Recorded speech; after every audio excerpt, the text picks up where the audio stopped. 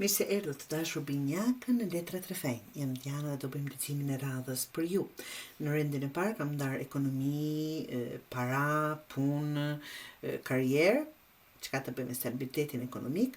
Në rendin e dytë kam ndarë dashurinë dhe ato në 3 pjesë, ata që janë në lidhje, beqarët dhe ata që duan një ribashkim. Të dashur binjakë, kjo është një nga ato shtrije që të bën të mendosh se jeta po ju çon në 2 drejtime njëkohësisht. Si qeni binjakë? Ka një anë shohim lumturi, mundësi dhe ndërtim të diçkaje të qëndrueshme, nga ana tjetër shohim plagë që ende nuk janë shëruar plotësisht dhe disa gjëra që ende ju mbajnë pezu, ta them më shumë. Por lajmi mirë se këto letra nuk tregojnë një fund, përkundrazi. Tregojnë që dikë që po del nga një kapitull i vështirë dhe po afrohet të diçka shumë e bukur. Është sikur universi po i thotë, e di çfarë ke kaluar, por mos e ngatro të kaluar me të ardhmen. Ato nuk janë të njëjta histori. Puna dhe karriera. Është kalorësi i kupës. Gjithçka fillon pra me këtë letër, është energjia një oferte. Një ftesë ose një mundësi që vjen në mënyrë më të butë se sa e prisni.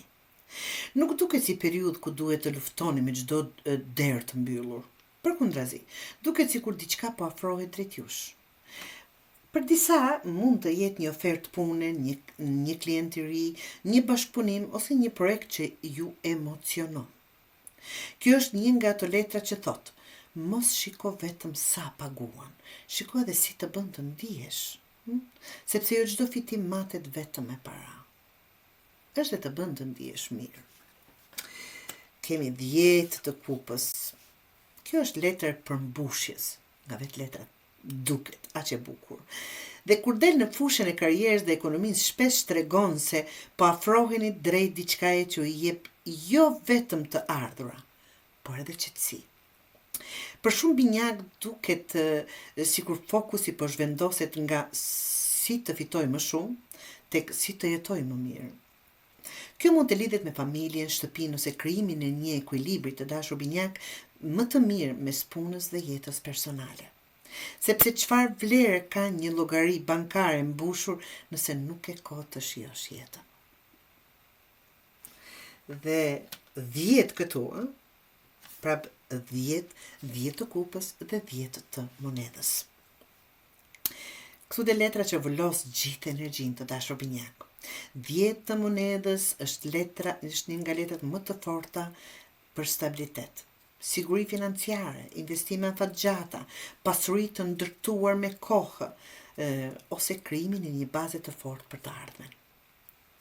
Për disa prej jush mund të lidhet me shtëpi, pronë, biznes, ose një vendim financiar që sjell siguri për vite me radhë të dashur binjak. Kjo nuk është energji e fitimit të shpejtë, kjo është energjia e ndërtimit të gjithçkaje që zgjat. Dhe sinqerisht këto 3 letra bashk janë, ta them, ndër kombinimet më të bukura që lexova për sot që mund të dinin për punën dhe ekonominë. Vazhdoj me dashurinë të dashur binjakë, bota, the world. Për ata që janë në lidhje del bota, kjo është një letër shumë e veçantë. Ajo flet për mbylljen e një cikli dhe hyrjen në një tjetër. Disa çifte mund të ndjejnë se po lën pas një periudhë të vështirë. Disa mund t'i marrin vendime të rëndësishme për të ardhmen. Dhe mund të kuptojnë, apo dikush tjetër mund të kuptojnë më në fund se kanë arritur aty ku kanë dashur të arrijnë bashkë. Është letër pjekurisë e 2 njerëzve që nuk po luftojnë më me njëri tjetrin, po po ndërtojnë së bashku. Për beqarët del 3 të shpatës. Shikoni një zemër e thyer, binjak, e thyer apo e shpuar me 3 shpata. Dhe kjo më tregon se disa për jush ende mbajnë plag nga e kaluara. Ndoshta një ndarje, një zhgënjim, dikush që nuk ju dha atë që meritonit, dhe problemi nuk është se ai person është ende aty. Problemi është se kujtimi i tij ende zë vend. Kjo letër nuk po ju dënon binjak. Në fakt, po ju çliron. Po ju thot që para se të vi diçka e re, duhet të lini pas atë që ju ka lënduar. Sepse nuk mund të mbani pra një derë të hapur për të ardhmen, ndërsa vazhdoni të rini me dorën tek doreza e derës së vjetër. Absolutisht ja. Njeriu i varur, për ata që mendojnë ribashkim, del njeriu i varur, apo i varuri.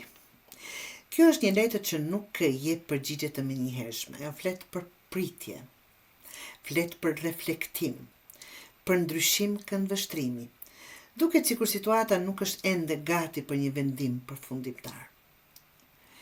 Një palë ose të dyjat palë ende duhet të kuptojnë disa gjëra.